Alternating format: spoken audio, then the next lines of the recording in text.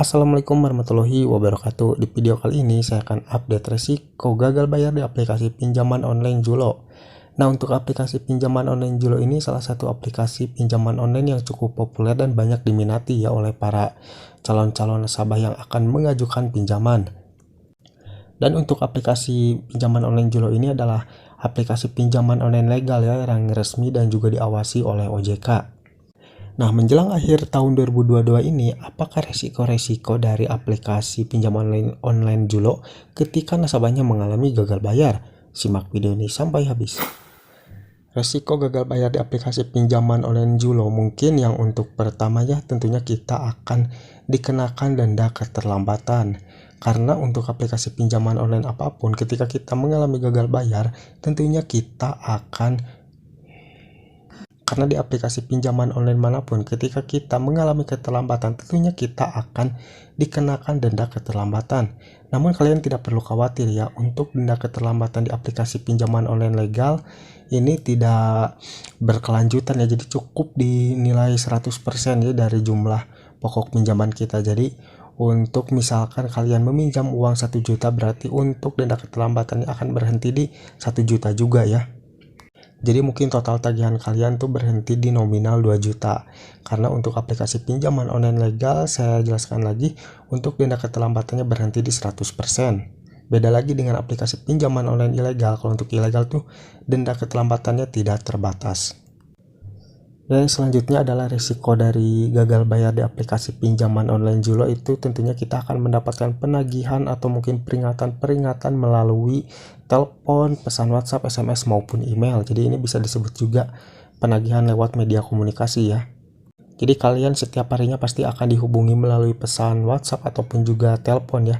Yang mungkin baru keterlambatan 1 hari sampai 1 bulan tuh biasanya di spam lewat teleponnya dengan nomor-nomor yang berbeda setiap harinya.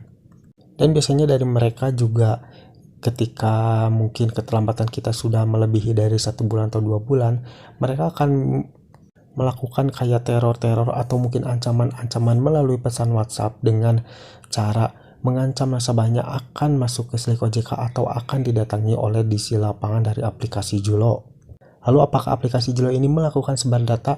Di sini untuk aplikasi Julo karena aplikasinya pinjaman online legal, jadi aplikasi ini tidak melakukan sebar data, hanya sebatas menghubungi kontak darurat yang kita daftarkan di aplikasi tersebut. Jadi untuk aplikasi Julo ini tidak akan menghubungi kontak-kontak yang ada di ponsel. Nah, lalu bagaimana tentang DC lapangan dari aplikasi pinjaman online Julo? Sejauh ini untuk DC lapangan dari aplikasi pinjaman online Julo tuh baru di daerah Jabodetabek saja ya. Jadi untuk di luar Jabodetabek tuh masih random atau belum merata. Namun kebanyakan sih untuk di daerah luar Jabodetabek banyak kasus yang tidak didatangi oleh DC lapangan dari aplikasi Julo ya, walaupun sudah mengalami gagal bayar atau keterlambatan dalam waktu yang cukup lama. Jadi bisa dibilang untuk di daerah luar Jabodetabek tuh aman dari yang namanya DC lapangan aplikasi Julo. Jadi untuk DC lapangannya itu baru di daerah Jabodetabek saja. Jadi buat kalian yang mungkin sekarang mengalami gagal bayar di aplikasi pinjaman online Julo, khususnya yang di luar Jabodetabek, kalian tidak perlu khawatir dan panik ketika mendapatkan ancaman akan dikunjungi oleh DC lapangan dari aplikasi pinjaman online Julo. Nah guys, setelah tadi informasi resiko-resiko gagal bayar di aplikasi pinjaman online Julo nih. Nah buat kalian yang mungkin sekarang punya tagihan atau mungkin sedang mengalami keterlambatan di aplikasi Julo, bisa kalian sharing di bawah ya, tulis di komentar bagaimana nih, udah gagal bayar atau keterlambatan berapa bulan dan juga apakah sudah didatangi oleh DC lapangan atau belum. Ini bisa jadi informasi juga ya buat teman-teman kita semua yang mungkin sekarang mengalami keterlambatan atau gagal bayar di aplikasi pinjaman online Julo. Karena menurut saya pribadi, walaupun untuk DC lapangan dari aplikasi Julo ini sudah ada di daerah Jabodetabek, namun untuk DC lapangan ini tidak sebanyak aplikasi-aplikasi lainnya. Jadi aplikasi Julo ini DC lapangan itu baru sedikit. Jadi mungkin bisa dibilang juga untuk di daerah Jabodetabek tuh masih random ya. Oke, mungkin sampai di sini dulu video dari saya kali ini. Semoga video ini bermanfaat buat kalian. Jangan lupa like dan juga share ke teman-teman kalian. Dan tetap dukung channel ini agar semakin berkembang dengan cara klik subscribe di bawah. Sampai jumpa di video selanjutnya. Assalamualaikum warahmatullahi wabarakatuh.